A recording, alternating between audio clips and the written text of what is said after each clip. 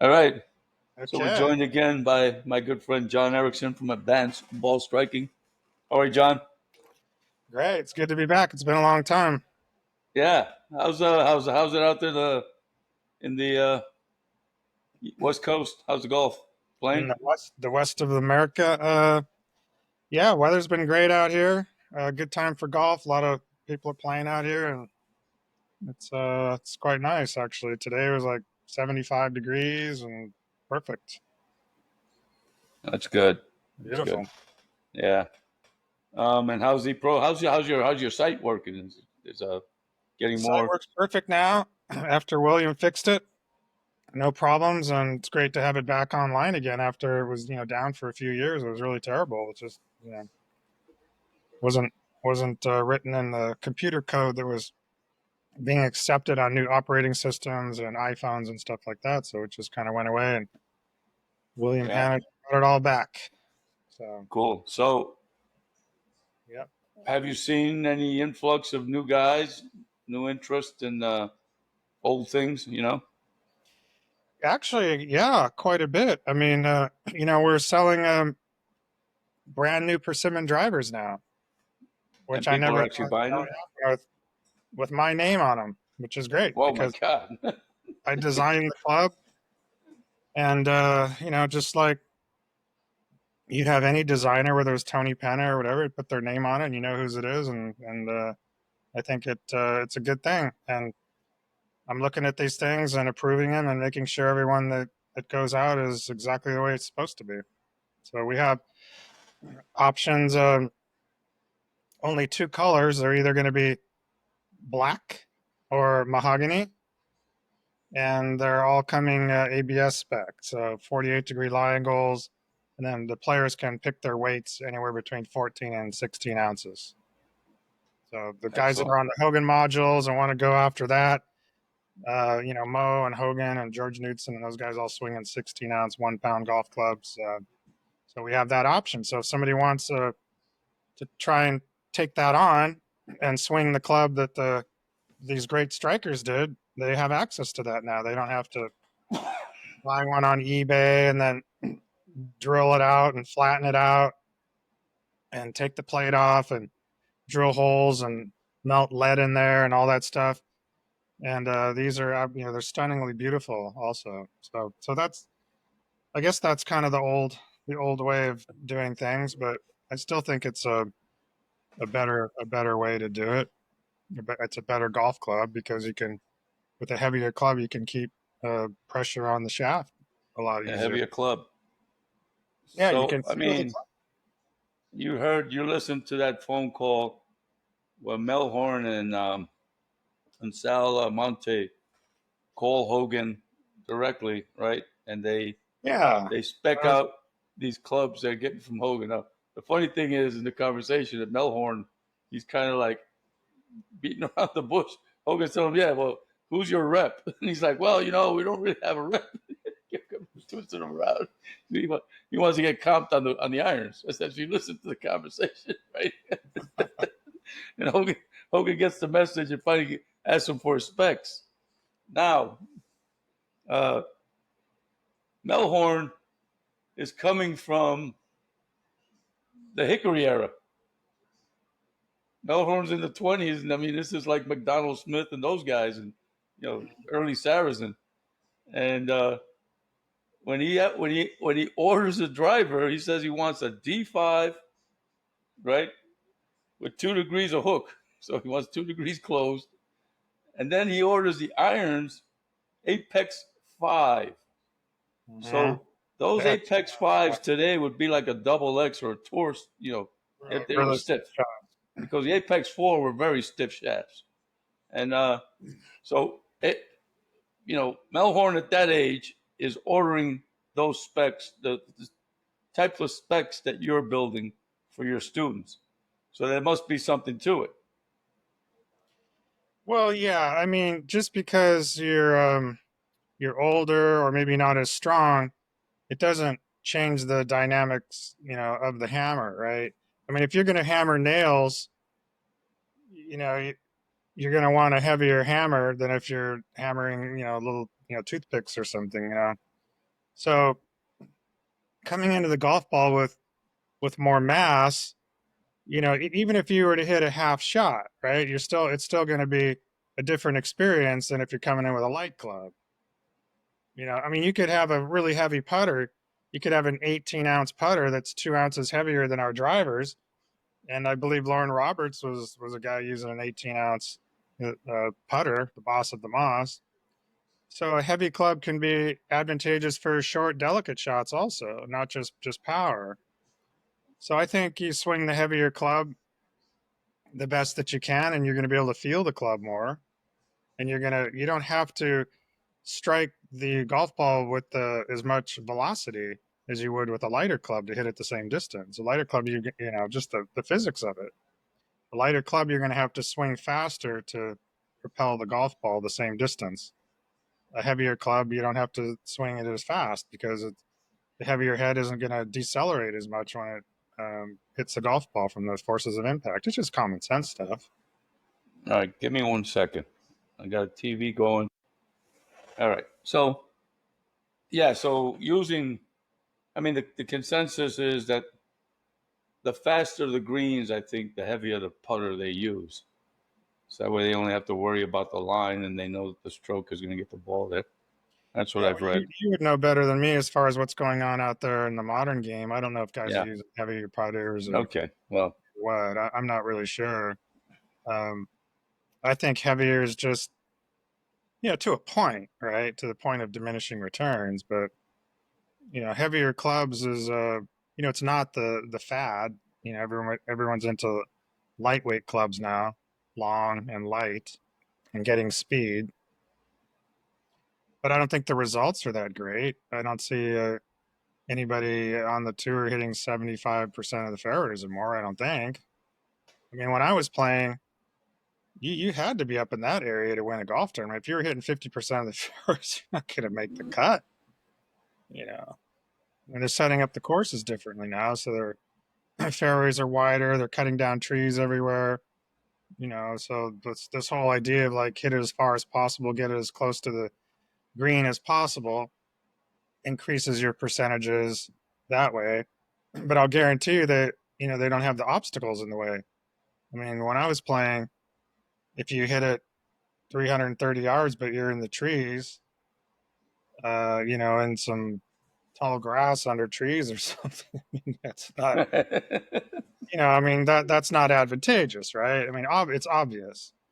But, the game has changed at the level of professional golf and marketing and television. And, it's not good for television to have lots of trees out there, right? They want to have wide open canvas and, so when we look at the U.S. Open, right, and they just cut all the trees down on the course, right, this year at Oakmont, right? well, yeah, yeah. I They're was gone. watching I some mean, old, it was a tree lined golf course yeah. I for was watching some of the older tournaments and um, some of these made for TV type matches. They were like opposed to Shell's Wonderful World of Golf. The copycat thing. I can't remember what it was, but yeah. you're right. They were tree lined. They were northeast golf courses, big trees, high rough, and this is a made for TV event. They didn't make it any easier, you know. And I think there's issues, nowadays with modern machinery and bulldozers and that sort of thing that they didn't have, back then. Maybe not to the power and the extent that they do now. Now it's basically they can do anything with the land, right? I mean, you take a flat piece of desert, and I mean, look at the golf course that Steve Wynn built out there in Las Vegas, right? Is it Shadow Creek, I think? yeah, I mean, just a flat piece of desert out there, and just bring in enough bulldozers and mounds and hills and dig out lakes and just do whatever you want to do. But back before that, it was more about finding a piece of property that you could lay a golf course over it. And they'd make some modifications to it, of course, building the tee boxes and the greens. But the fairways were pretty much lay of the land for the most part. There might be a right. couple places where they would have to do something, have to add some soil here or there, but It was more about playing the property. So when you had golf over in the British Isles and links courses and all that, you're basically playing that kind of landscape over there. You know, you look around and the golf course is just basically running across that kind of terrain. In the Americas and the Northeast, it's everything's heavily wooded. So, they were carving golf courses out of pine forests for the most part, right?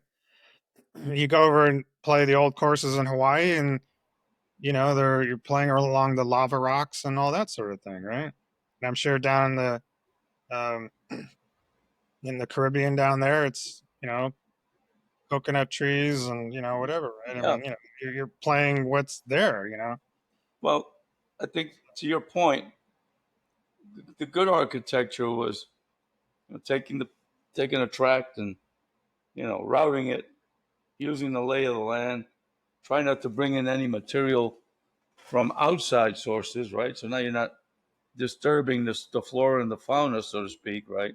Mm-hmm. The so you whatever cut and fills, you keep them within the confines of the property you're using. You follow me?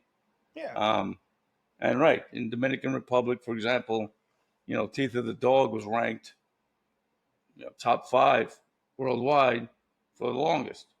And what did Pete Dye said? I designed 6, God designed the rest. Right? They were there. That was there already. Right. So that's kind of yeah. But and yeah, that artificial architecture, it's coming in vogue because of places like Dubai, right? Yeah. Dubai, you can make a whole city out of in the desert, and I mean, Yeah, I it's mean, not coming in vogue there's because of nothing wrong Dubai, with but that. There's nothing wrong there's with that. a lot of that going on in the desert here. They took it over Yeah. across the Atlantic and the Middle East, and they're doing it there. It's just something I think you're gonna have to get used to. Yeah, I mean, there's nothing wrong with altering that or doing whatever. It's just ultimately, it's what do you prefer playing? I mean, do you like to play across natural topography of the land? I mean, when I played the Canadian tour, most of the courses up there were just that. There, you were playing a natural property. The golf course was just cut out of the natural lay of the land. I remember playing over on the island, Vancouver Island, for the Victoria Open, and one of the courses one year, a couple of years, was at Royal Colwood, and it was basically just cut out of a huge redwood forest, and it was beautiful. I mean, you're hitting, these towering trees. I mean, I don't know how tall they were. They must have been, 100, 150 feet tall redwood trees, and you couldn't get a driver up over any of those trees anywhere. So, Yeah, and if the whole shape to the left, you'd have to draw it through a bowling alley of redwood trees. Now you or can't lay replicate up, it in or lay Dubai, up, right? right? If you didn't have that shot in your arsenal, you have to figure out take less club and try not to get. That's. Yeah, But I have Australia had seen. a different look to it there. In different parts of Australia, the courses were in the sand belt down in Melbourne. You're playing the lay of the land down there. Alistair Yeah, McKenzie was down there designing a lot of golf courses and loved it down there. So I don't think there's anything wrong with that either. It's just what you prefer. And if there's tournaments that are on certain courses you don't like, then don't play those tournaments.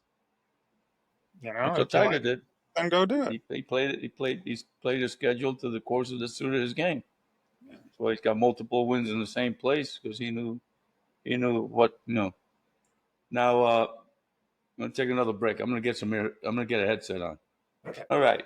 So um, so I have a question regarding stroke patterns. Now, your components. We're talking the golfing machine. Yes, the golfing machine, which is the parent to a lot of these other Yeah. uh, protocols. All right. So when you were with Doyle, Uh-huh. correct? So you get to the top of the swing, right? Right. Okay. So you're coming down.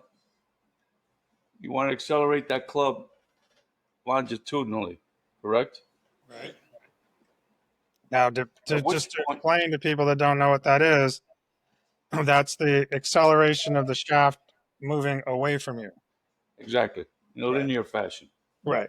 Right. Okay. So from basic physics, we know that that club only wants to fly out and up with the center of rotation. Right. Right. Hmm.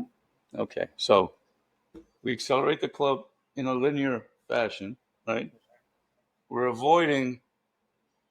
We're trying to avoid the radial acceleration. Right. We're harnessing it. Right. Which point you get down to your release point. Right. Correct. Right. Where the At shaft's that about point, parallel to the ground. Right. right, shaft's parallel to the ground. At that point, effective pivot or your effective pivot allows it, right? You're no longer going linearly, you're going circularly, right? Radially. Right.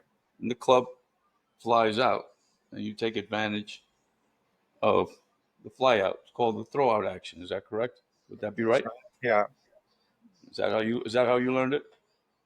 Yeah. It was. I mean, what Ben would do is he'd put water in a bottle, and then Yes. it'd be like hold the water in the bottle and then dump the water out at the ball Yeah, at the low point.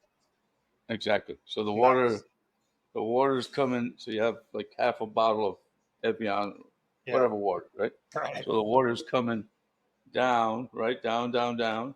When it Right. gets there, the water sprays out, Right. and that's the natural. Yeah, I'm trying to because that would be in MORAD terms CF, centrifugal force. I think. Yeah. So um, it was about levers, and the wrists would act more as passive hinges to allow for what Ben would call the endless belt effect. Yes. Right. Yeah. So as compared with a hitter, where those hinges would now be powered levers using a Form 3 lever. So a Right. Form 3 lever would mean you would have the fulcrum on one end, you would have the pressure, the force in the middle, and then you would have the load or the mass on the other side. So the fulcrum would be you could just it's a little more complicated than this, but I'll just put it in simplistic terms. Yeah. You would create a fulcrum with say the back three fingers. That's like your fulcrum. You're going to apply pressure with the right hand. It's then going to stress on the fulcrum and load put pressure against the load of the club head to create a flexation in the shaft, what I would call holding shaft flex. So that would be the hitter's version, and the swinger's version would be this whole thing that I'm talking about doesn't exist, and it's now just passive hinges where it's just on a hinge. So you're coming down, and now we're talking about relaxation, making sure there's nothing interfering with the natural throw out action of centrifugal force. And that's so. So these are the Uh, two polarizing methodologies for hitting a golf ball. And I hope that someday this becomes standard understanding in the golf teaching community, whether it's the PGA teaching manual or whatever it is going on. They need to understand that there's a difference between hitting and swinging because a lot of these components that you're talking about in the golfing machine, they're not interchangeable. It's not, some of them are and some of them are not. So right. hitting and So swinging are very different. And the teacher needs to say, am I dealing with a hitter or a swinger? So I've moved to hitting because I believe 100% that it's a superior method. It's supported by the majority of great ball strikers, and my own direct and personal knowledge, having done both, is that it's a far superior method in many ways. Under pressure, compression of the golf ball, repeatability, travels better. I could the list could go on and on and on. But the swinging is still a viable way of hitting a golf ball. I will not deny that. I've won tournaments as a swinger, a lot of tournaments, and played very well. I mean, I made the quarterfinals of the U.S. Amateur as a swinger. Not bad. It's a good method, but it it relies upon. There's a couple critical elements of swinging that are mandatory as far as I'm concerned. I think Ben and both Greg McCatton would agree that the acceleration coming down from the top of the swing, it must be steady and even. Okay. Yes. And the wrists must be free and And supple. flexible and supple to allow for To allow for the the throwout action. force for the the head of the golf club to swing around, because it's not center. The shaft is coming in to the heel of the club, so the mass of the head then swings around. And as long as acceleration is steady and even, and there's no interruption with tension in the wrists and this sort of thing, then it's an excellent way to hit a golf ball. Sure. Yeah. But Yeah. the And that's, problems yeah. are that these things don't happen. Steady and even There's a doesn't happen. human, there's a human element in there. Yeah. And there's levels of tension and under pressure and things like that where, your, your, your, your, your, uh, your nerves kick in and you get tight at the wrong moment. And it's, Yeah, you it's, get nervous. You sure. get nervous, and it throws the whole thing off. If you tighten up, you come down, you start tightening your wrists up because you're It's nervous. over. It's over. Over. It's over. It's But, over. Yeah. so that backs to harkens back to the law of the flail, right? Or Bruce Lee hitting you with a nunchuck. Okay. So when Bruce Lee was in, that's, that's throwout action. So it's Yeah. just, yeah, I just wanted to clarify that because I've Yeah. been, I'm trying to see this notion now of handle dragging is a new thing on social media. And in order for that throwout action to occur, you have to keep that handle going linearly, no matter what. And it doesn't, to say that there's something wrong with that, to criticize, I would say it's like taking Ben Hogan, this model swing, and criticizing him for doing that very thing, that made him great. You understand? And if you look at the old timers, they all did it. Yeah. I mean, there's the two different ways of doing it. Hitting and swinging. You're either doing one or the other. The thing is that there was, we were categorizing these things in the 70s, 80s, early 90s, mid 90s, and it was reserved for guys that were big built guys and stocky guys like Craig Parry with giant forearms, or Craig Stadler. There's another Australian guy that was pretty good at it. I can't remember his name, but you know what I mean, huh? Peter Senior. Senior was aggressive, but there was it'll come up later on. I'm sure it will. That's part of getting old.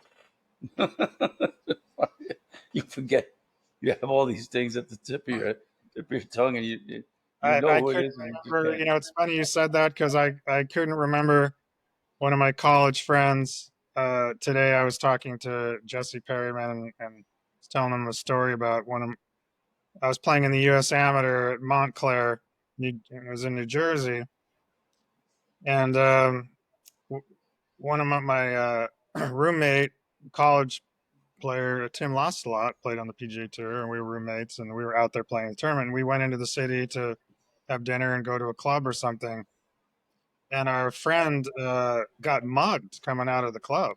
The guy came out and said, "Hey, you need a cab?" And he's like, "Yeah, I need a cab." "Well, my cab's right around the corner, man. Come around the corner." And mugged him, took his wallet, and then he had to walk all the way to Port Authority, and we couldn't find him. And when we got there, he was sleeping on the bench, and he played at San Jose State. And I was telling Jesse, because Jesse played at San Jose State. I'm like, I can't remember his name, And then I remembered it today. A couple hours later, I remembered it was Ed Cuff. Ed was a great player. I think Ed, from what I understand, was the last player to beat Tiger Woods as an amateur. Ed, Wow. so Yeah. Ed was a fine player, but he just had that incident happen. We look back on it, it's kind of funny now, but at the time it was it's pretty terrifying to be mugged in New York City. In New York, you had to go to Port Authority, and oh, man, yeah. New York. Well, those were the days. Right now, it's pretty Probably one of the safest cities in the world. I think he had to walk 23 blocks, and that this would have been in like, what am I going to say, 1984, 83, 84, something like that. So it was a It different was different it thing was back. rough. It was rough. It was Yeah. Yeah, it and was. That's now you lost. Now I lost my chain of thought. I was actually going to say we were something. just talking about memory, you know. Yeah, that's it. Just goes like, this is stuff where I used to remember everybody batting averages from all kinds of years, and he hit so and so, and he did this in 1935, and just doesn't come that quickly anymore, Yeah, the unfortunately. important stats you remember, like I still think, from what I understand, the last guy to hit 400 in the Ted Major Williams. League Baseball was Ted Williams, right? Yeah, And that was that's what, it. in 1942 Six, I or think. 46 or something like that. So Yeah, long, he was a he. and Ted nobody. Williams lost 5 years to the war, so he. I think it was 46. I Mhm. think I'm not sure. And it's I've been studying his baseball hitting technique a lot lately. I'm not necessarily a baseball guy, but I am familiar with swinging, a wooden stick around my body, right? So not so different. And in looking at his technique, and he wrote that book, or The Science of Hitting, I think, and did some videos and stuff where he demonstrates some of these concepts. And a lot of that stuff is exactly what we teach in advanced ball striking. The footwork, you can shift the way he tripped the shaft, tripped the bat like Ben Hogan did. A lot of the same kind of things. And baseball's a little bit different in that you're hitting it, kind of more across, more at a level than down on the ground. But and the ball's moving, right, and curving. Golf, you don't have to deal with that. I think Ted Williams believed that it's the most difficult thing that's ever been invented is trying to hit a round ball with a round bat. I think, isn't the bat roughly the same diameter as the baseball? It's pretty Yeah, close. Maybe yeah, a little smaller, maybe. yeah. I never thought of that. I never thought of that really, but yeah. So Well, yeah, think you're right. of golf. If the face of the driver was round, right, and you're trying to hit Yeah. a golf ball with a round head hitting a round ball, right? It would make it a lot more difficult, right? Well, yeah, it's a smaller surface, a smaller hitting surface. But I would say that if you're hitting like a persimmon and a blade and a round object, a small 168 ball, it's compatible. Yeah, that there's a lot of similarities in the technique. And Ted Williams, when he had great footwork. He did the advanced ball striking module 2 squeeze that we teach exactly. He tripped the shaft like in the Hogan modules, exactly the same. And he came into the strike with he was a left-handed hitter, right? So he came in with the trail elbow, his left elbow. For me, would be my right elbow, but he kept that really locked up going through the strike, just like Hogan did. So he was. Well, if you look at, uh, I saw Bradley Hughes posted some interesting comparisons on his Instagram site with uh, hitting and baseball and golf, and there are a lot of comparisons. And I think the modern book, right? So the modern hitting book would have been Charlie Lau, who was the coach of the Kansas City Royals, hitting coach, and his book is called The Art of Hitting 300. That gave us George Brett, who was the last guy to almost hit 400. He was at 396 there or something like that.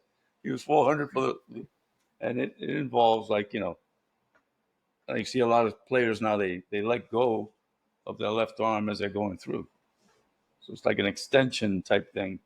And you look at the modern hitters, most of them are applying the Charlie Lau technique in their follow through. You know what I mean? So in other words, they follow through and they extend and they have one arm on the, you know what I mean? letting the left arm extend completely. It's been proven effective. Well, I'm proud of baseball for maintaining the tradition of wood bats. Nobody's complaining about it over there in baseball. College baseball, they hit metal bats. You know, but when you go to the big leagues, when you go to the show, you're handed a piece of lumber, and you're looking at a 90-mile-an-hour breaking ball. You're in the big leagues. And I think that's something special that baseball's maintained. I know there's a lot of arguments about pitch counts and pulling guys off the mound after one batter and all this stuff, those kind of rules. But as far as the parameters of the game, they haven't had to change the parameters. They didn't change the distance between home plate and first and second and third, and the outfields fences are a little different from park to park, just like golf courses are a little different, right? One course was 6,600, another one's 7,000. But the parameters of the game of baseball have remained relatively intact, from what I understand. And I mean, I know there's been, I think we talked about this before, but I talked to some baseball guys and aficionados, and they're complaining that the modern baseball, the way that it's wound and everything, is going 6 feet farther than it used to, which is significant when you're dealing with home runs and that sort of thing. 6 feet, a ball that wouldn't go out of the park and the outfielder could catch it. Now 6 feet further, it's out. It's a home run. But in golf, we're talking about ball going 50 yards, not even 50 feet farther, 50 yards farther, right? So that's, golf's really just said goodbye to tradition and doesn't, the USGA and RNA, and they don't care about any of that. And they're not going to convince me that they do, because they don't. They don't care about tradition. I mean, I was looking at kept tradition is the size of the hole. I mean, other than that, I mean, everything has changed. You can't even wear, steel spikes anymore on a golf course. Just the shoes, even. I mean, everything's changed, and they've just let technology just run away with it into what has become now, as far as I'm concerned, a different game. It's as different as that's softball as that baseball. that's an interesting thing that you just brought up. So I posted my old interview with Mike May, 7-1, right? Mm-hmm. Yeah, I know Mike. And yeah, good guy. One of the one of the guy, cyber icons in golf, right? I mean, yeah. he had a really good thing going. He's a deep thinker. He's a deep thinker. Good man too, good guy, really nice guy. So Wayne DeFrancisco, who's another friend of mine, I think Wayne passed. I'm almost sure he did, but somebody's posting stuff on his site. He might have been. He's probably from your era. He's an All-American. He was a little older than me, so I'm thinking he was maybe. I want to say he was maybe 4 years older than me. He'd be around 65 now, 66, I think. I think he would be between 65 and 68, something like that. He was an All-American. He was at Wake Forest, and he transferred, and then he became an All. He was on that team. That team where he was first team. Payne Stewart was like second team All-American. I mean, he was good. Yeah. Anyway, so he goes into the analysis of Maves. He goes, yeah, according to him, he quit golf when they wouldn't let you wear metal spikes. Now that you mentioned that. Well, it's, metal spikes, good metal spikes, nice and long ones, and it's going to give you better traction, okay? For sure. I mean, it's not even the debate. Plastic spikes, the little crow's feet on them or whatever. It's not going to give you the traction. So, but what is the importance of traction? You have to understand that the golf swing, the older swings, they were flatter. Okay, when you swing flatter, your feet, the pressures in your feet are going to be more this way, kind of flatter swing. Yeah, the more upright your swing is, the more the pressures are kind of up and down. Vertical, yes. Vertical. Where with a flat swing, you have your feet wanting to twist. They're shearing. Yeah. And shearing, yeah. That's a good word for it, shearing and twisting.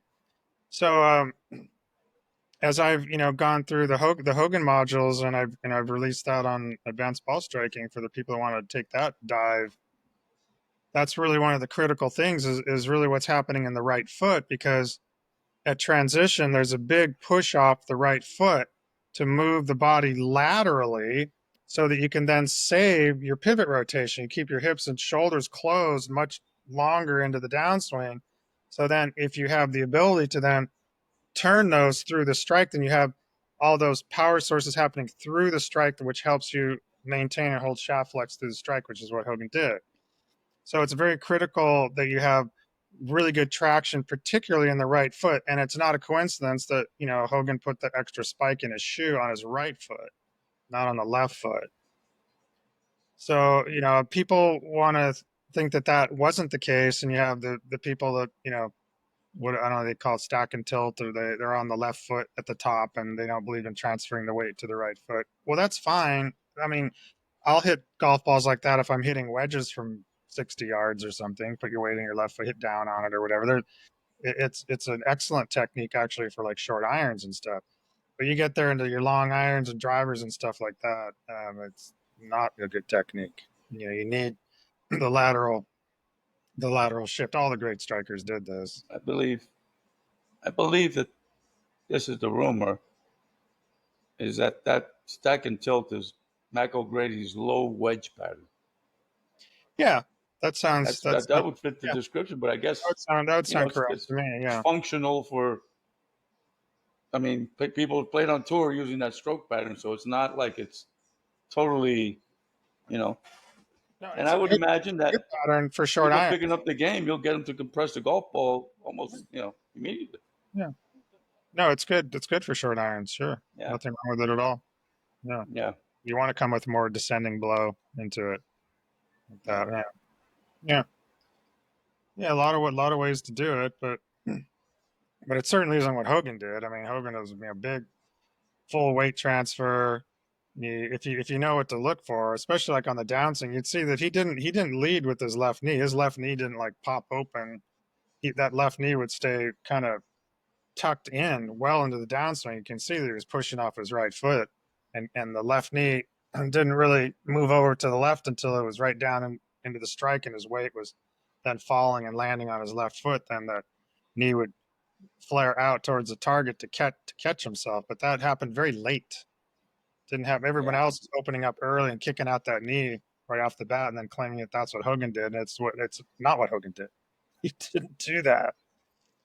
But like what Well, Mike said in his thing, you start climbing the ladder of golf technique and this and that, and all paths lead to Hogan, right? I mean, that's why I did the Hogan modules, because eventually it all leads to Hogan at some point. You start. I knew Mo, and Mo talked about Hogan. He talked about himself mostly, but he talked about talked about Hogan. and he talked about George Knudson and Lee Trevino, and those are the guys that he thought were had it correct. Those are He the spent a lot of time with, so you know, Mo Norman is being used now for as a model for the one plane swing, and but a lot of what he's babbling about there is horizontal tug, vertical chop, horizontal tug, vertical. Those are those are coming from Paul Berthelly. You would go down to North Carolina, and Berthelly taught. I don't know if they taught. I don't know what was going on there. He came away with a lot of stuff from Paul Berthelly here in the States, and I look at Mo's swing when he was young and when he was in winning everything, and it looks pretty conventional to me. You know, somewhere along the line, because I don't. How far was he hitting it? Looks like his driver is going about 210 to 220. no, he could move it out there pretty good. Oh yeah, Yeah, no, I wouldn't. Mo wasn't a short hitter by any means. He was I would say when he was playing on tour, in let's just say the 1970s, early 80s, 60s, 70s, 80s. yeah, well, he would have been a senior by then. No, I mean Well, yeah, that would so have been the he was. I met him in latter stages of his career. 1987. I met him in 87, and I think he was in his mid 50s or so then, something like that. Yeah. Yeah. But he was still playing competitively in the early '80s, and then through the '60s and the '70s. I guess a little bit in the '50s. Um, but yeah, Mo was he was not a short hitter. I'd say he would have been in the 50 to 60 percentile, a little bit long, slightly longer than your average guy. He wasn't a bomber. He didn't. But I've heard some guys say that he could really bomb it when he was younger. So He went I never after it. saw Yeah. that. I just know what I saw, and he hit it plenty far enough. I mean, he definitely hit it 250. You know, and in the persimmon era, I mean, I have to put that in You context. qualify all that stuff. Yeah. Yeah, because that's kind of what we were all doing. I don't know. I'd say I probably I was 23 on the Canadian tour when I first met Mo, and I would say we hit it probably the same distance, pretty much. You know, give Yeah. or take a few Okay. yards. No, Mo wasn't crazy long, but he wasn't a real short hitter like Corey Pavin was or Tom Kite or something like Corey Pavins. That you'll never see that again. that. Yeah, and that's unfortunate, of course. I But he think was he's a, you know, uh, Pavin was a curve artist, working artist and a trajectory artist, and so yes, it was a different type of absolutely. golf. But to your point again about Hogan, and you mentioned you pointed something out very interesting there is that he's coming off his right foot, he's pushing off his right foot, right, and right now they would tell you that that's going to promote early extension. Now, I don't even. the other option would be the Tiger Woodsism, where you're coming, you load as you're coming through. You have a dog leg on your left leg, so it's bent, right? You snap that leg because it's the bent leg is in out of line condition, right? Snap the leg, right?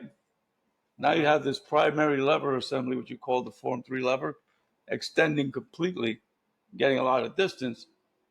And I think you see what we saw were a lot of injuries. I mean, good results. Good results. I mean, you can hit the ball longer that way.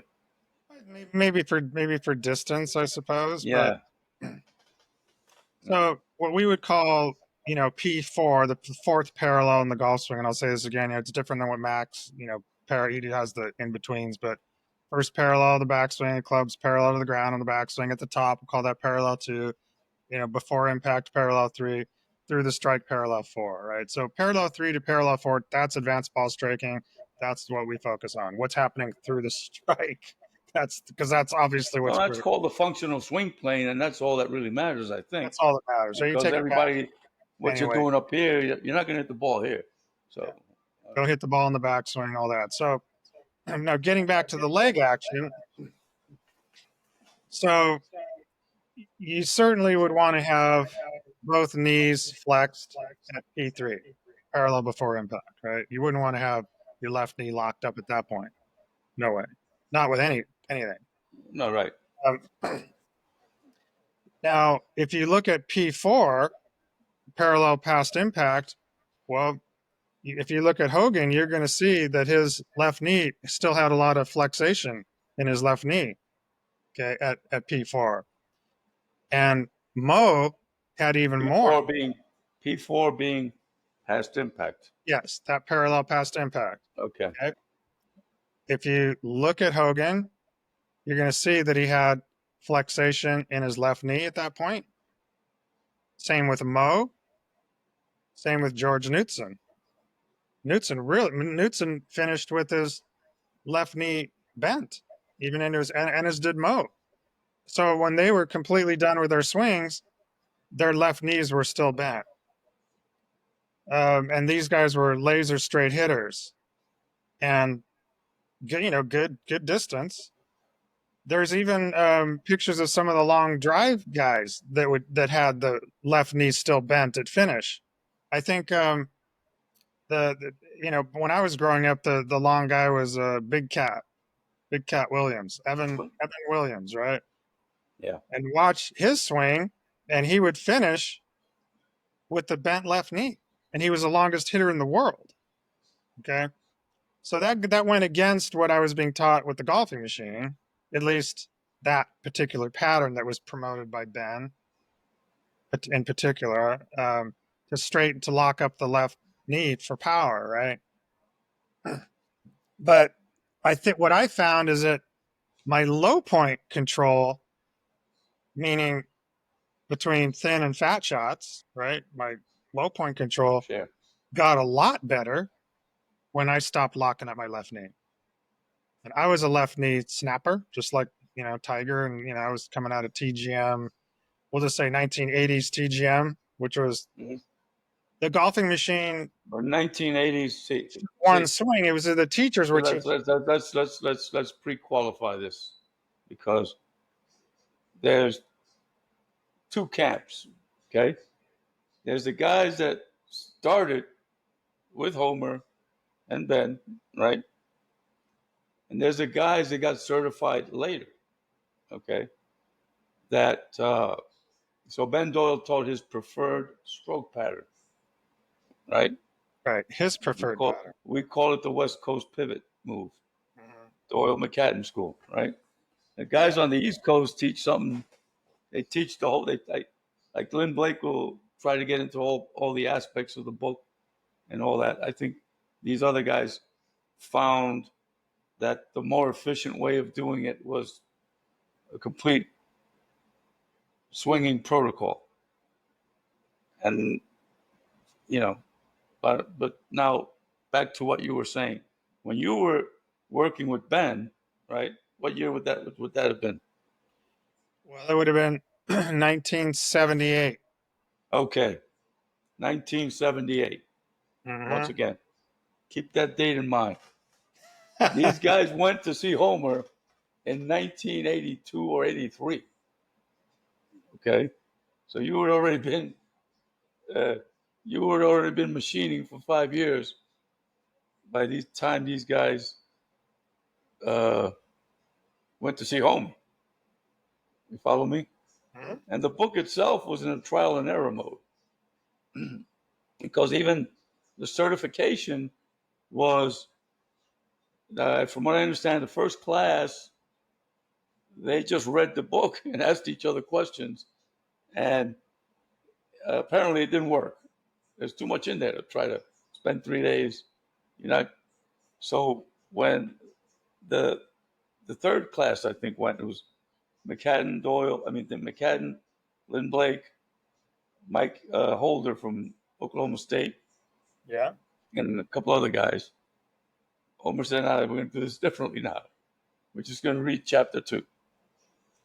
I like that. I like chapter But 2. So, it was all that's where it's all at. Everything else is just, Yeah. you know. And they studied chapter 2, and I think that class came out and did, revolutionized a lot of so the golfing machine. But anyway, let's go back to what we were saying about because again, even when we talk about the left leg extension, creating that inline condition. You know, Tiger used to do it, blew out his knee. That's not in the book. Yeah, there's a lot of stuff that's not in the book. It, uh, it, And it is that's and it isn't, because the left knee is an out of line condition. The dog leg you have in the left knee, and when you straighten it, put it in line, boom, now you're hitting against something, right? well, if you straighten the left knee, you're gonna raise the left hip up too, right?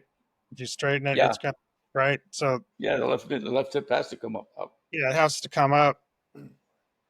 But if you So push, what it does, which then tends to steepen the shoulders a bit as you're right, coming through, and that facilitates the swinging protocol of straightening the right arm through the strike, the relaxed elbow, the relaxed wrist, where everything just kind of slings through, and now you're down the swinging rabbit hole doing that. So when I switched over to hitting, that was one of the first things that I changed was the left knee. I started locking it up, not straightening it, And from some of the biomechanical people that I had worked with in, I don't know, scientific community or maybe pseudo-scientific community or whatever, but the idea was as the torso would turn, it would get to a point to where it would kind of run out of room because it would start, the left hip would be not wanting to move, and then you keep pressuring the rotation that then pulls the left hip, and then the left hip pulls the left knee. If it's going to straighten, then the left knee gets pulled straight by the rotation of the torso, pulling on the hip, hip pulling on the knee, and that biomechanical sequence is more correct. And that's what I see with Hogan, because I see his knee is bent at P4 and it straightens into the finish. But I also see a left shoulder that's moving extremely fast and accelerating, that's putting pressure on that hip and then pulling it straight. That's why in a short shot, you don't see the knee lock up. You see Hogan hit a little 3/4 shot and he finished with the bent left knee, but he hits a full driver and that knee would straighten because the aggressive nature of the torso rotation is pulling the hip and then pulling the knee. So it's that sequence I think is more biomechanically correct for the body than the other way. Because and I say this the way that I would explain it to I'm going to say prove the point. But if I lock up my left knee, I can straighten my left knee hard and fast without my hip moving at all. Yeah. Okay, so But there is no direct mandatory correlation between straightening the left knee and the speed of the left hip. If I turn the left hip, yes, then it will tend to pull on the torso a little bit, but it's going to be more effective if the torso moves, pulling the hip and then the knee. And this would be more consistent with everything in martial arts, the chi, the dantian, the core turning, and then it would pull on the knee. Now you would want to have what I call cohesive body tension throughout the body, and you would create this. I teach it from a dress. Create the cohesive tension. There's 4 cohesive tension points, and these are locked in at a dress and maintained all the way to finish, which is including constant grip pressure, your abdominal cavity, the squeezing of the abductor muscles in the legs, your armpits firm, here arms packed on the body. A lot of the things that even Hogan talked about in his 5 lessons, but didn't really expand on it so much. But if these cohesive body tensions are present, I'm going to make the argument that you're going to be a better pressure player, because if you're already tight in the body, and you get used to striking golf balls with all these things moving and being very connected, well, what happens when you get nervous? You naturally tighten up. You stop breathing, you tighten up, right? Well, if you know how to hit golf balls with everything tight and firm, you get under pressure and it's like, oh, well, I already know how to do this. I'm already in the state you're already you're that already pressure. you're It's already not tensed up. obsolete. Yeah. I don't have to sit there and walk down the fairway counting my breaths in some kind of, transcendental meditation state to try and relax and calm my body and all this, trying to breathe and relax and all this. That may work and it may not work. I like the idea of embracing the firmness in the body. I get nervous. If anything, I would just tighten up even more. And I found that I'd hit the ball even better. What I had to do was actually back off a little bit because I was more likely to sail an iron over a green when I got nervous because I'm just swinging so good at it. So it's like, okay, I'm pumped up, I'm firm. I've got to just, if I'm 160 yards and I, might hit a 7 iron, I'm again old school clubs and a lot of golf ball, but I might just back down and hit an 8, and just say I'm gonna go with this.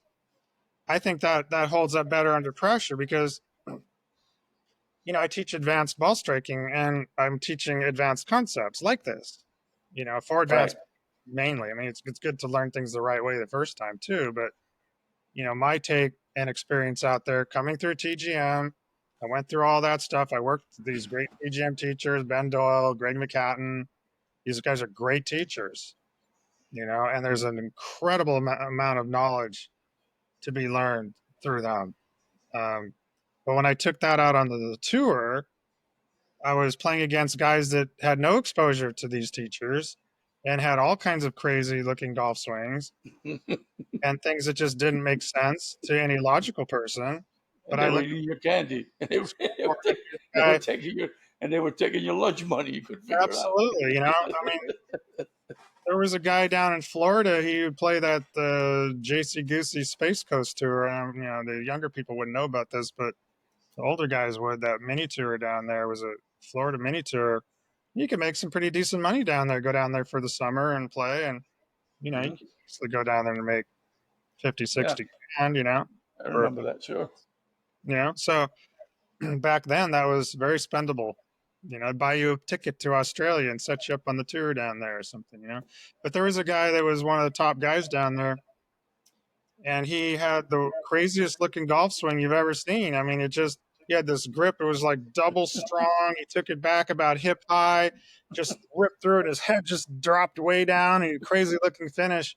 It was just like some caddy yard crazy looking thing that you just no way. And this guy would just clean up down there. And he came up to play the Canadian tour, and he drove his 911 Porsche up there with his club dancing girlfriend in the car, this beautiful blonde, is walking down the fairway in stilettos or whatever. He was like just and this guy with this crazy swing. And I remember playing with him and in Quebec Open, and he just shoots 65. I mean, just wiping everybody out. And it's just not a pattern you'd teach to somebody. But this guy could just play circles around everybody. So I just refused to not acknowledge that. Like, what is this guy doing?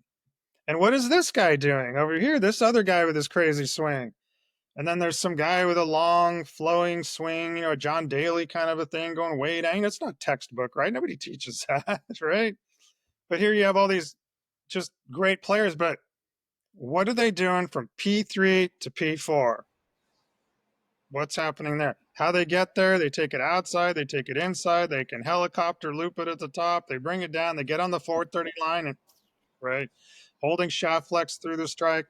The one thing that I noticed with these guys with these aggressive, crazy looking swings, they all held shaft flex and they all cut their hands low left and around post impact, and that club face kept looking at the target forever. You know, and that was the thing. When I saw that, I started filming these guys because I had, back then I was kind of a camera nerd a bit.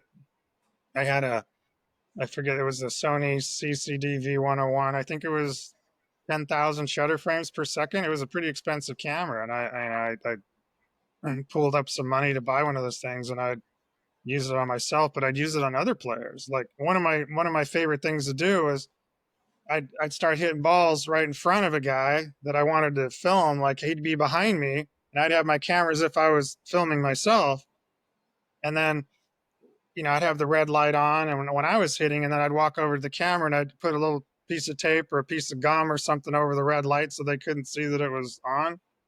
And then I'd step away and go get a water or something in the clubhouse, and I'd maybe get 5 or 10 swings of somebody that they didn't know I was filming them. You would know Yeah, you and were then you were a voyeur.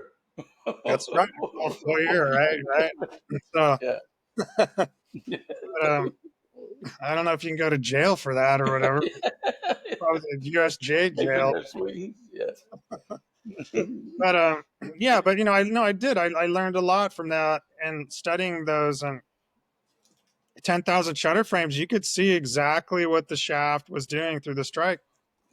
And I remembered one of my subjects was a guy named Rick Todd, and Rick played at UTEP when I was in college, and he was playing on the Canadian Tour. Good player, but all of a sudden, out of nowhere, he wins 2 tournaments in a row on the Canadian Tour. I mean, 2 in a row. Like, really? I mean, that's hard to do. And so I filmed him secretly. If he's watching this, I still have those. You can buy them for me now. But no, great guy, great player. And he was holding shaft flex through the strike. And then about 4 or 5 weeks later, he's missing cuts. You know, not the same player he was earlier in the season. So I filmed him again. What was happening? He wasn't holding shaft flex anymore. But what you must have had some kind of phantom camera or some. How many frames per second do you need to see that somebody's holding flash shaft flex? Well, all I know is this camera could stop a hummingbird's wings. Oh yeah, wow. Uh-huh. So I'm guessing it was every bit as good as the iPhones and stuff that are out now. It was a bulky thing. It's pretty big, camera. Not real, not the huge camcorder with the. It had the smaller tapes in it. There's Yeah, a. I want to say they were high 8 videotape. They were the smaller, little tapes. little cassettes. Not real little, but maybe the. Um, I'm thinking they were the size of my flip phone, about this big. Oh, yeah. There's a model that came out later that was like the size of. Yeah, the mini DVs. I Yeah, mean, yeah, the yeah. main This is DVDs. before that. They were high 8 digital video, Mhm. and then the camcorders that before that were the big VHS tape. You literally put a big VHS tape in this huge So what cam. did you do? You would go film guys and play them on TV, take out a straight edge and a grease pencil and start sketching on the TV screen. And Well, yeah, not so much that, but I mean, I would just look at it. I could see it, and you could slow it down frame by frame with the little remote control. So it was pretty high tech stuff back then. People think that stuff wasn't available, but no, it was very very good, and I learned a lot about that and studying people. I love to videotape players when they were winning tournaments and hitting good, like on the range or something. Like it was part of my education. I was just doing it to teach myself. I wasn't, I've never really had interest in teaching golf. I never wanted to teach golf. I mean, I got kind of like tricked into this whole thing, actually. that's normally what happens is like, so you take a guy like Robert Rock, right? All he was trying to do was fix his swing. And, again, like the rest of us, you get, all these new, all these like, binders with tips and, you know what I mean? And, so three of these, right? That's about 20 years worth of data, correct? Uh-huh. Right now, I can go in here and get 400,000 times that in fractions of a second, right? Yeah. Well, it's wonderful, isn't it? I don't know if it's wonderful. I I think think. it's detrimental in the end because maybe not. Depends on the individual, right, and how you use it. Well, I mean, And if I want to say, look at Henry Cotton's golf swing or something, I can jump on YouTube and find. yeah, in that respect, yes. But if I I mean, want to stuff. say, hey, I look, think that part's if great. I ask my phone how to stop coming over the top, right? How many different iterations of cures for this malady are you going to get? And you scroll down, you have page after page, and there's all kinds of voodoo in there. That's Yeah.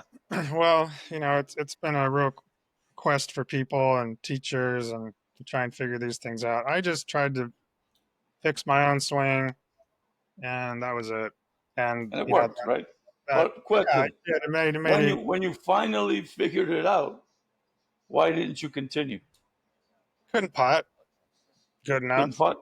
You lost your.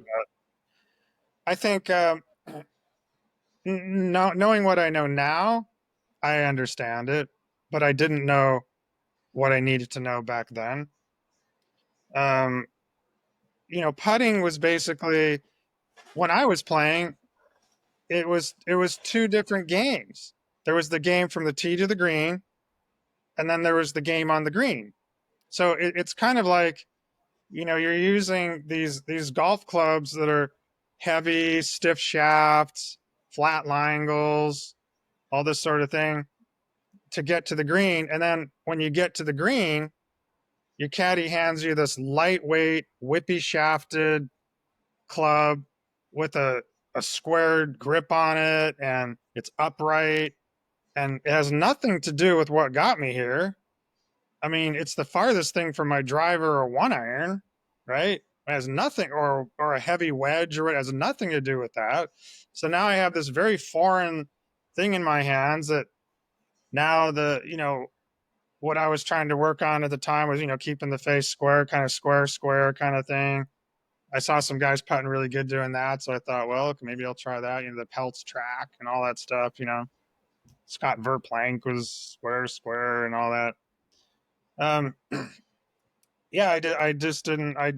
I felt like I was playing two different games, and I was really good at the one game. I was really good at hitting it in the fairway and getting it on the green. I was not good at getting it in the hole on the green. And at some point, it just wears you out. You're playing with these guys that are hitting 10 greens and shooting 68, and I'm hitting 16 greens and shooting 71 or something. I mean, it's just, after a while, I can only imagine how frustrating it must have been for George Knudson. I mean, a guy that hit it that good and, just he's not a household name because he couldn't putt. I mean, if George Knudson was a great putter, he would have been as good as anybody. That's the premise that most people have. Mac O'Grady's this great ball striker. Well, Horrible he only putt. won once or twice. Well, he couldn't putt. Horrible Or putt. this guy Mo Horrible. Norman couldn't putt. Horrible. Knudson couldn't putt. I don't know. Okay. But you mentioned a player there that doesn't get enough credit in my opinion. Scott Verplank. Verplank was a great player. And Great play. remember, he had some heavy duty diabetes, Mm-hmm. and he had that brace with the insulin going in his arm as he's playing, Mm-hmm. and he was playing with some Golfsmith blades, like just like in other words, I'm going to kick your ass no matter what. And Yeah, so, no, Scott was a great player. I mean, I didn't great beat him player. around, you know. Yeah, I hadn't thought about him in a while. I played with him in the Sunnyhanna Amateur, and I remember I hit 16 greens and shot 73, and he hit 8 greens and shot 66. Great player, really good player. I mean, nobody could putt better than that guy. Chip and putt. But again, if you look at it, you look at Billy Mayfair, right? Mm-hmm. Okay, I wasn't impressed by any part of that guy's game. Nothing that guy did impress me. However, if you look at his playing record on tour, he won a lot and made a lot of money. Had that weird over the top type slice putt stroke. Effective, right? Yeah, yeah. So what I found with my putting, and it was years and years later long after I'd retired, and I didn't play for 13 years, and I started playing locally out at Mare Island, and I became good friends with the famous sports writer Al Barkow. Barco, yeah. How's he doing? I talked to him a few months ago, actually maybe a month ago. He sounds okay. He's like I'd like to 90. talk. I'd like to talk to him again. He's still got a treasure trove of stuff that Oh no, he's a he's the only guy that has ever gotten close to George Lowe, right? yes, George Lowe is this shadowy figure, and Barco wrote his biography. So let's yeah, hear it. Let's hear it, Al. I mean, he has mentioned to me, and it's on YouTube. But that those are the kind of people that very few people know about, and this generation probably has never heard of them. yeah, yeah. A lot of the names are getting lost, now. But that's just I mean, how many majors did Jack Nicklaus win with George Lowe's wizard putter? right. He's got 18. I think he won 17 until they made him the response. You know. Yeah, yeah, that's right. But getting back to the putting thing, so I was playing out at Mare Island with Al one day, and I was just putting so bad. I mean, it just got to the point where it was just embarrassing because I wasn't. I was playing golf. I was working on my swing and my technique. I was making changes to my swing that I'd always wanted to make when I was on tour, but I just didn't really have the time to do it. So I thought, well, now I'm not playing competitively anymore, so I'll just go ahead and do this for my own, giggles or whatever, and do the things I wanted to do. I was hitting the ball beautifully, just hitting every green, hitting it close, great. And just three putting from 20 feet and just, I'm like, hit every green, I'm three over par, just that kind of thing. It's really embarrassing. And Al he said to me, he said, you're such a good chipper. When you miss a green, you chip it up there a couple feet. He said, most players that are good chippers are good putters also. And he said, I'm surprised to see you're such a bad putter when you chip so well. And a little light bulb went off in my head, and I just thought, I think he's right about this. And I thought, well, what if I use my chipping technique to putt? And so later in that round, I missed a green, and I was just off the green by, there's the fringe, and then I was maybe like 1 foot or 6 inches in the first cut of rough. It wasn't real thick or anything. Most people would putt from there because it was downhill, and I was only maybe 16, 17 feet from the pin. So I take out an 8-iron, and I'm thinking I can maybe make this, and I chip it, and I just lipped it out. And, Al said, oh, nice chip. And I thought, that felt really good. What if I set my putter up to be the same? So I just basically said, let's just throw everything away that I know about putting, and I'm going to build a club, a putter. With an That's 8-iron lie angle. So yeah, the same lie angle as say my pitching wedge. It's going to have my hands. I have my hands forward when I chip because I'm hitting down on it, right? So I measured my shaft angles about 12 degrees, leaned forward, and the club was like 18 ounces. So I basically and the grip, it's a round grip. I mean, I have a driver and all my irons are round grip. Why do I have this square grip? Why my hands never felt comfortable on a square grip? I always feel better gripping a round grip with a driver or one iron. My hands can adjust depending on how I feel that day or whatever. I don't have this kind of like these ridges that I have to feel or whatever. So I just dropped that. I put a round grip on and bent my putter flat about 56 degrees, and then I added about 12 degrees of loft to the putter so that when I put my hands forward, it would then Yeah. bring my putter back to square. And then when I chip, I take it very inside, and I let the face open up, and I hit it with my wrist very aggressively and my right shoulder. Okay, so I set it up to where I could putt like that. So I built this club. Oh, and also I weighted it so that on an iron, especially into the short irons, there's much more mass out on the toe. That's why the toe is, so much bigger, right? More mass out there because when I'm chipping, I could feel that counterbalance of the weight out on the toe that I'm opening and then closing. I'm pushing against that mass, that counterbalance out on the toe as I'm rotating the shaft in. So I put a big chunk of lead out on the toe of the putter and with these specs, and then I set a ball down on the green and I use the same method, and all of a sudden I'm just putting the most beautiful, perfect roll on the golf ball, unlike anything I've ever done in my life. And I immediately went from being a horrible putter to a good putter with just the club. Just the club. That's it. I mean, the same technique, of course, a chipping technique. Now I'm a good putter, maybe not a great putter because I don't practice. But I did a video on my YouTube channel recent, in the last year, and I was just rolling these 20-foot putts. I'd roll like 3 or 4 balls, and I'm from 20 feet. I'm like making half of them, or sometimes more. Sometimes I rolled like all 3 or 4 in a row, and and this is without any practice at all. So now I would consider myself a good putter with no practice. Like I don't practice at all, and I wouldn't have any problem going out betting anybody for $20, $100 or whatever. Let's go around 18 holes around the putting green, throw $100 down on the green. Let's go. I'll take on Rory McIlroy. Seriously, I feel confident enough that I can putt. If I have a little good feel for speed and pace or whatever, I'm going to make some putts. I can putt with anybody. Now that may not be true in reality, but I feel that way, and that's a Well, I big mean, part. half the battle is mental Yeah, confidence. It's no, but 95% of it. I mean, how really, many times do you see you damn near will it?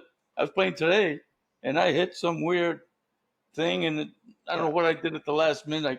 The straight putt, I curled it in from the left side. I don't know, I but I knew I was thought going to make it. this method was maybe just a personal thing. It worked for me, right? So I was down at one of the local courses, and friend of mine named Chris Moe who played on the PGA Tour. He finished, I think he was top 20 in the British Open one year. You know, great player. And he's out there with a chin putter or something. And I'm like, what are you doing with that thing? You know? And he's like, well, what are you doing with that crazy thing? You know, so like, let's go putt 18 holes, right? So I beat him like, 6 up after 18 holes, just going around his course, his greens, where he was teaching. So we go another 18 and I wipe him out. He's like, how you doing that with that thing? And I said, well, try it. So I just showed him, how to set up to it and what to do. And of course, he's a good player. He knew exactly what to do. And he starts rolling it perfectly and making all these putts. And he's like, man, I need one of these. Can you make me one? So I just gave it to him. So here, go. I'll make another one for myself. So then he went out and started winning all the section events and stuff around here with that thing. With that putter of yours. Yeah. And then on our ABS staff, Neil Gascoigne went over and did the same thing and starts cleaning up all the hickory events over in the UK, winning national opens, won the Scottish, the British, Irish hickory opens. He's at 101 like 5 or 6 of them or something, playing against guys that played on the tour and stuff. So, and that was a thing that made the difference for him with the putting. So there's a few people there that it's been working for that are outside of just me. So we're actually in the process of getting these made now, like properly made. And hopefully within the next 6 months, we'll be able to have those along with the persimmon drivers. So, I mean, we may end up, being an equipment company at some point. So were you casting these things or milling them? How are you making Yeah. them? So the prototype, I made a prototype and I sent it to our guy who's there. I won't name the company right now, but they're a very well-known manufacturing company, been around for, you know, 50 years, and they love the idea. So it's in their hands right now, and they're looking it over, and we're in discussions about getting a kind of a limited production run of these things. So that's pretty exciting, to actually have ones that look nice. You don't have this big chunk of lead out on the toe. People pull it out like, what the, I'm like belting lead in the garage and epoxying this thing on there. But I'm a function guy, right? I don't care about what it looks like. I'm like Stevie Ray Vaughan with a beat up guitar, man. It sounds good. It Right. looks ugly, but it's like, Yeah, no, it's gonna work. It's gotta work. yeah. So, um, as I was saying earlier, uh, I had touched base with Mike Maves. I posted the uh, the original interview I did with Mike, Did you which was did you probably, find it? yeah. So that's where I'm going with that. Oh, I great. Okay. posted it up and this and that, and I finally sent him an email because I was texting him. So he doesn't seem like he's a texting type of guy. Like there's people you literally have to call, Right. otherwise they don't. You know what I mean? Like you, there's several old school guys that it just if it doesn't ring, they're not gonna. They'll never see it. So anyway, so he responded to the email, and it's good to know he's alive and well. He's doing good, and apparently he's got some other people that requested his time, and he says he wants to fulfill those commitments. But he said sometime in late August we're going to do it. So I want to try to dance with him, and then maybe get a three-way with the three of us and That'd be great. shoot the breeze. Yeah, be good to catch up. That would be yeah, one of the good things. Yeah, well, he's a deep thinker, and I like people that really, he thinks outside the box and does his own research and comes to his own conclusions and stuff. He's not, just taking things verbatim from somebody else or whatever. I Well, mean, he's he goes about it in a logical fashion also. So when you hear him talking, A goes to B to C to D, and it adds up and it makes sense. So and I think that when it was him doing his thing by that lake with the dog and the guy you never see, the guy was his buddy you never see. I never saw the guy. I think at one point he comes out and tries to hit a ball. That was the greatest. That was one of the. I mean, that little sitcom was a great educational and entertaining. That was pretty creative on his part. this is the best golf YouTube video thing I've ever seen. Yeah, he had a takes out a Tony Pena. I don't know if it was a power built or Tony Pena persimmon, drops it on the dirt, and just start ripping these drivers off the deck with a persimmon. And you see these guys on Instagram. There's one guy's DOD King. DOD means driver off the deck. This kid's Yeah. hitting, a modern driver with a low center of gravity. And yeah, obviously, he does does a good job of it. But it'd be interesting to see what happened if you gave him that Tony Pena or that power built, that citation that he was hitting, that Mike was hitting, and see if he could do the same. But yeah, that's going to be the next one. Yeah, I practice with a driver off the deck all the time, and the reason that I do that is for the feedback of the low point control. So if I have a mat and I hit into a net, just so I'm not tearing up my grass, hit off the deck, I can hit into the wood. But whether I hit it off the deck, off wood, or off a mat, if I hit slightly behind it, I can feel that. I can hear it and I can feel it. And if I'm a little bit too high on the golf ball, I can feel that as well. And that perfect one that just comes through and you just graze it, just pick it clean right off that. So I need that feedback to improve, to maintain my golf swing. And I need the feedback. That's why I hit blade irons. I need to be able to feel exactly where I'm hitting it on the club. I don't like cavity backs for that reason. I can't feel where I'm hitting it. Same thing with the big headed drivers. I have no interest in that. A persimmon driver, I hit it, I can tell exactly where I hit it. You could put a piece of that uh, contact tape on a persimmon driver and I could hit it. And if somebody just said, put a blindfold over my eyes and I'll tell you exactly where I hit it on the face, whether it was a half inch off the center, north, south, east, west, whatever. How else can you get better at something if you don't have the feedback? And the feedback is more than it's the sound also. Sure. You know, so you've got the sound, you've got the feel coming up the shaft. That's a big part of it. What you're feeling, right? Contact and that sort of thing. Um, and you've got the physics of the club, the modern drivers with the perimeter weighting concept as compared with a chunk of lead directly behind the sweet spot with a persimmon driver. It just misses that little bit. The club face wants to turn slightly, so it makes you want to hit it in the center and focus your concentration into hitting it pure. And people can get better quickly if they have good feedback. It would be like trying to be a musician if you can't hear the notes. How are you going to learn to play a song? You're just hitting the strings, and I can't hear any. You have your ears Well, plugged. What you? I think a Mizuno, for example, uh, sells their club on pure. I mean, they put a lot of money into acoustics. The Mizuno blades. I play Mizunos. They put a lot into it, and they realize how valuable it is to to a good ball striker. You understand what I'm saying?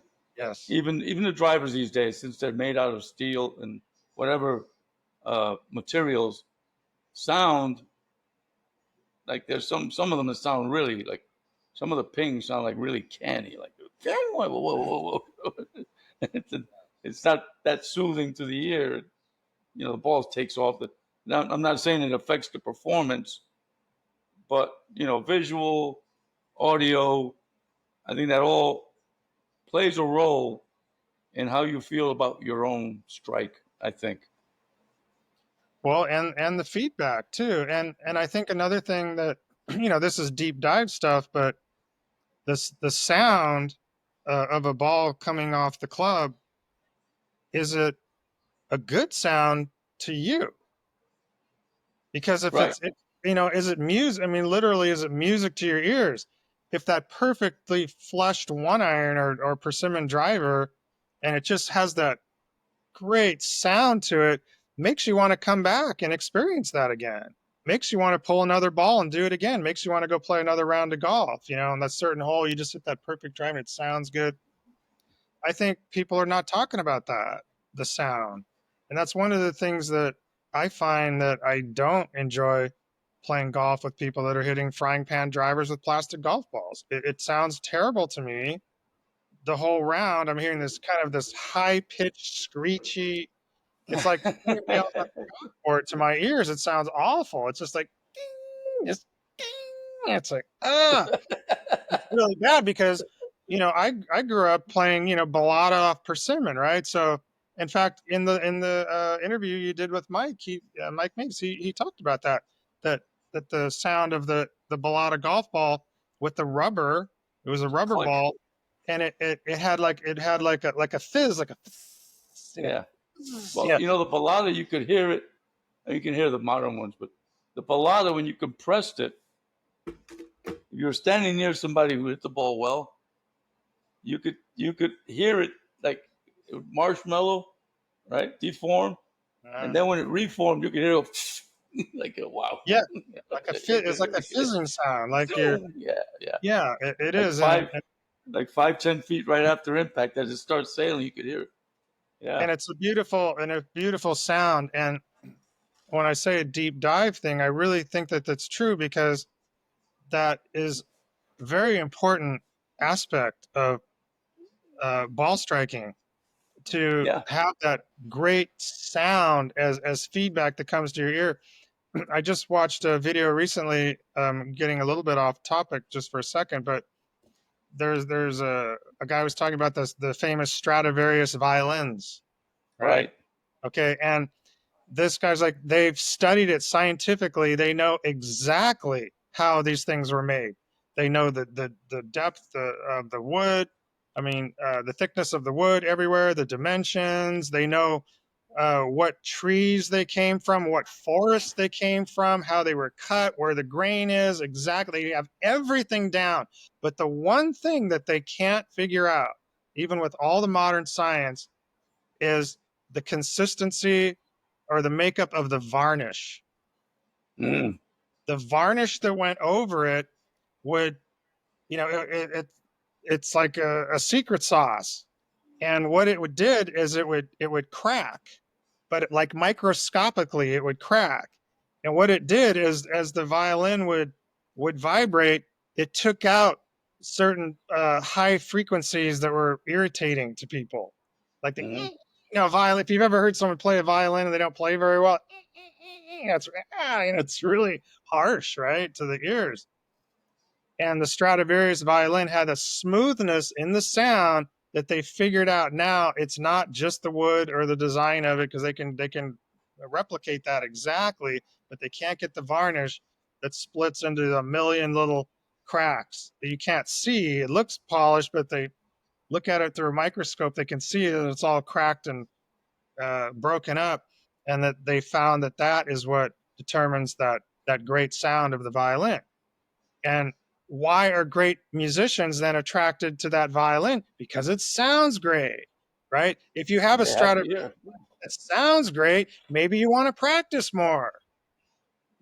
Maybe you love that sound and it sounds great. Yeah. Same as me as a persimmon player, I love the sound of a great persimmon driver. Coming off a balata golf ball, that's the sound that I like to hear, and that makes me want to come back and practice. And I think it's not something I really thought about that much until fairly recently. But I'm a musician also, so I can see where, yes, it is irritating to me to hear. If I go to a driving range and I'm watching, 30 people lined up hitting frying pan toaster drivers with plastic golf balls, I mean, you might as well just, you know, it's like, you want to torture me or whatever, like pin me up and listen to that all Yeah. day. As we go, as we go on talking, I just looked at something here. I'm like a big, needs to be a philosophy minor here at Columbia.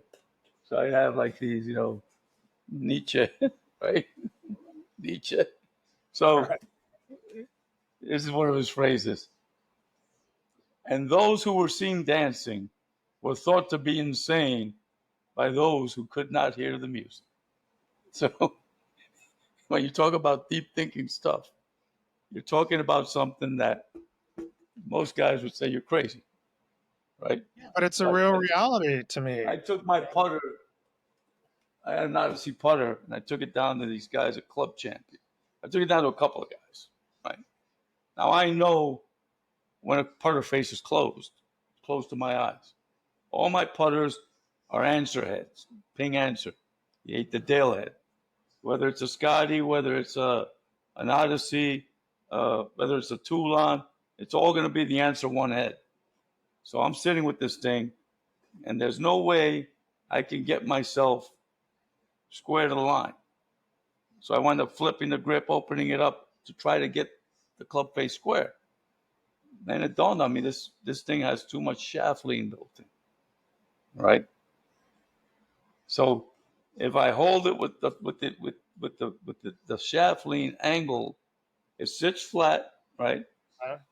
Sits flat, and it's like this with my hands up front here. I don't putt that way. I putt with my hands straight up and down, and I decide how much press I want to put in. You don't need to decide that for me.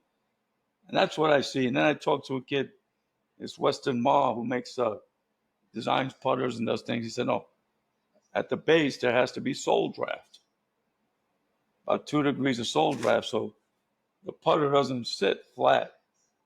This is the face, right? It's just like this. So when you sole it, you follow me? Yeah. It has a little loft and whatever. Anyway, they thought I was crazy, and everywhere I went, they said I was crazy. So I'm going to have to send it to somebody who can actually do the micro analysis on this thing, because an off the rack putter should be uniform. You follow me?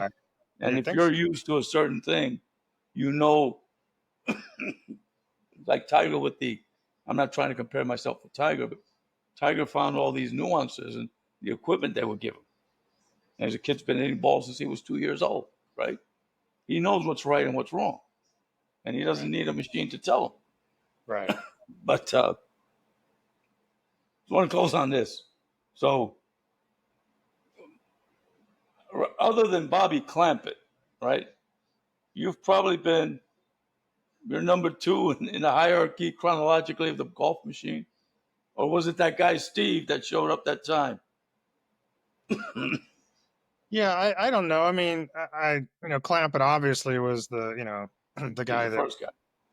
that did the best, right? No, but I'm saying in terms of Clampett is older than you. Yeah. So he was working with Ben since he was a junior, right? So Yeah, a few years. So I mean, if I saw Ben in '78, maybe Clampett was working with him in '74 or '5 or something. A few years before, I think, from what and I then there understand. was that guy Steve something that showed up that was from the early days, and he said he came by, looked you up or something. One Well, of the early TGM guys came back when I'm talking. This is we had this chat 15 years ago, and I wanted to meet him. you're saying somebody, one of the early TGM guys, looked me up years later or Looked you something? up. His name was Steve something. I can't remember the last name. Huh. Was he This one of was one of Ben Doyle's guys early on? one of the guys that before Homer held his classes, he came and looked you up, and then you were telling me, yeah, he was just here. And you found it strange, but I don't know. It just Yeah, there were. I guess so. In hindsight,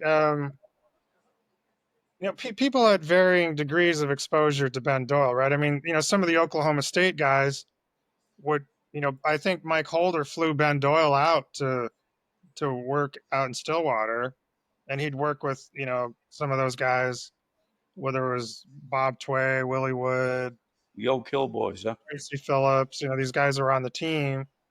I was recruited by Holder. He wanted me. I was going to get Bob Tway's scholarship. So Bob would have Wow. been leaving. I was going to come in as a freshman, and he was going to give me Tway's scholarship. And I was quite honored to be recruited by the #1 golf school in the country, and Mike Holder. And he loved the golfing machine, and I was one of the top golf machine guys on the West. I basically just came to the decision I didn't want to, live 4 years in Stillwater, Oklahoma. I mean, I was a Southern Cal kid. I didn't want to be out in the Dust Bowl out there for 4 years. I mean, Yeah. sure it would have been. My decision was based more on, I'm a California kid, so I wanted to stay in California ultimately. I didn't want to play anywhere where it snowed, so I wanted to, you know, to be able to play year round. And at Fresno State, I felt like I was going to be in the starting lineup as a freshman. Where Oklahoma State, Mike Holder told me I probably won't play my first year or two, and he would groom me to be, a All-American player when I'm a junior or a senior. And I thought 2 years and maybe a redshirt year, so 3 years out there without playing tournaments, I just didn't it didn't resonate with me. Of You course, would have to become a student.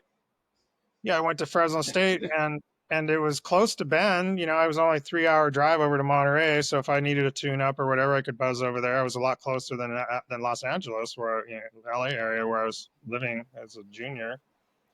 So, and the courses that we in Fresno, great golf courses. We had Sunnyside Country Club hosted the U.S. Junior. Fort Washington had U.S. PGA Tour School there many times. San Joaquin Country Club, we hosted the NC2A championships in 1983, and when I was on the team, we hosted. So those three courses, and then there were another three or four courses in the area that we could play anytime. Like Belmont Country Club was very nice, Kings Country Club, Madera Country Club. We just had the green light to go out there anytime we wanted to play.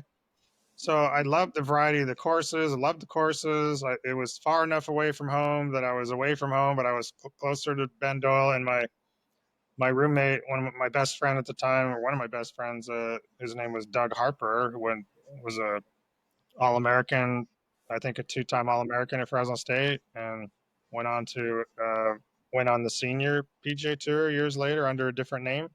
So, and, Okay. it's true stuff. And Yeah. we had a great team. I mean, I think it was my senior year. We went to the NCAA championship with all five of us had been All Americans at one time. Well, not all at the same year, but at one year or another. We had Tim Lost a lot, played the PGA Tour. Kevin Sutherland, people may know about him, was one on the PGA Tour, had a great career Kevin out there. Sutherland, sure. And his brother David Sutherland, which I know he won on the Hogan Tour, and he was a fine player. I always felt David was better than Kevin. When I was at Fresno State, I thought David was a better player actually. And then we had Doug Harper, Tim Lost a lot, and myself. So five guys go to the NCAA championship. All of us had been All Americans. I think we were the only team that did that year. We didn't win the tournament, but that was a pretty deep team there. So it was good. I have no regrets about going there. It was a great community. Wonderful people there, very supportive of the athletic department because there were no professional teams in Fresno. Right. So they really got behind the college sports, golf. The football is really big there at Fresno State. Basketball, won the NIT championship. I think my freshman, sophomore year, they went to the NIT and won it. It was a great, used to hang out with those guys. Um, In hindsight, it sounds like a bright decision. I mean, you yeah, wound up being an All-American anyway, so it didn't yeah, matter. You didn't need the grooming, and you were a big fish in a small tank. exactly. You went right to number one number one players. Why worry about red shirting or you know? Well, it was So tough there. It was tough. My freshman year, I really thought I was just going to walk in and be one of the top players. And in the fall, there were four tournaments, and I didn't even qualify for any of the tournaments. Not that I was playing bad. It's just the guys on the team were just a lot better than I thought. And guys the from level college, was higher than you thought. guys from Iowa that I didn't know about. It's like, oh, who's this guy? This guy just shot 66, 66. Who is he? So, oh, Jim Hamilton. Yeah, he was the Iowa State junior champion. I never heard of him. Well, you've heard of him now. I mean, Yeah.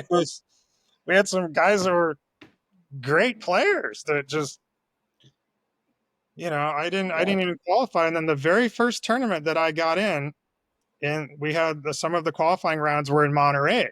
We were over there. Coach would take us over there and practice at, Pebble Beach and Spyglass and that. I knew those courses from playing, where all the time I spent over on Doyle's range.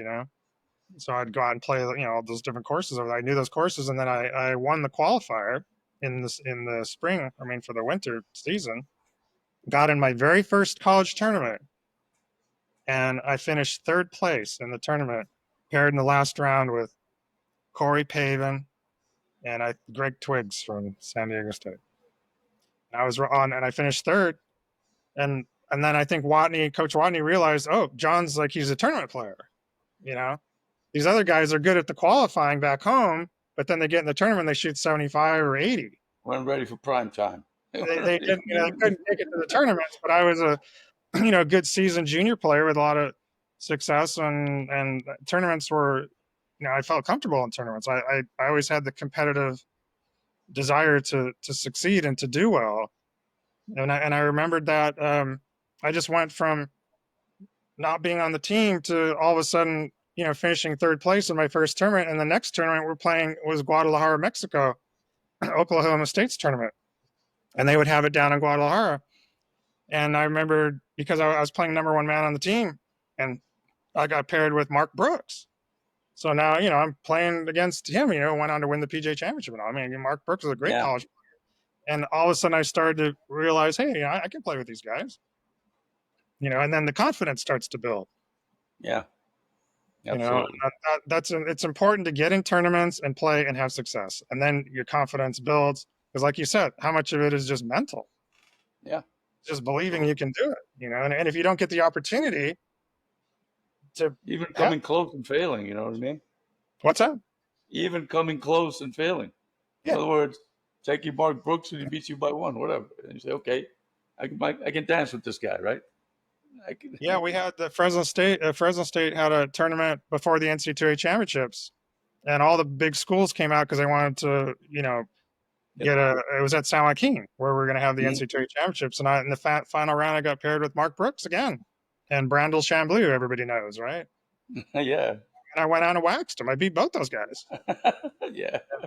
So Brandel was at Texas. Was he All-American? Oh yeah.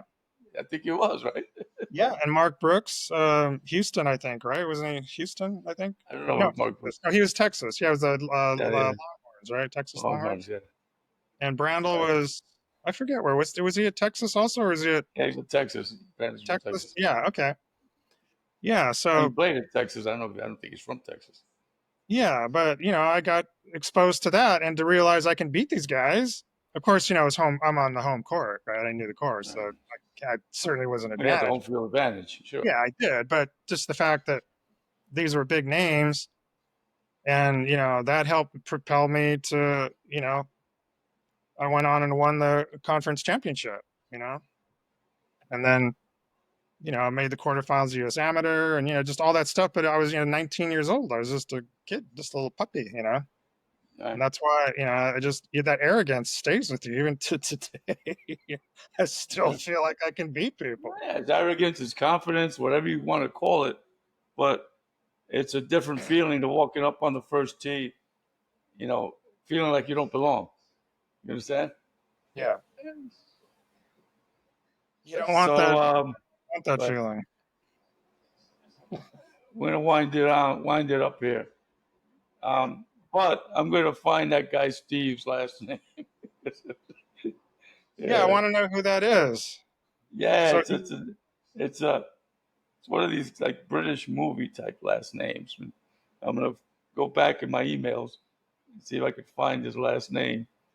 And he said, hey, this guy Steve just came. I hadn't seen him in 30 years or something. Maybe you want to talk to him. But so he was on the range with.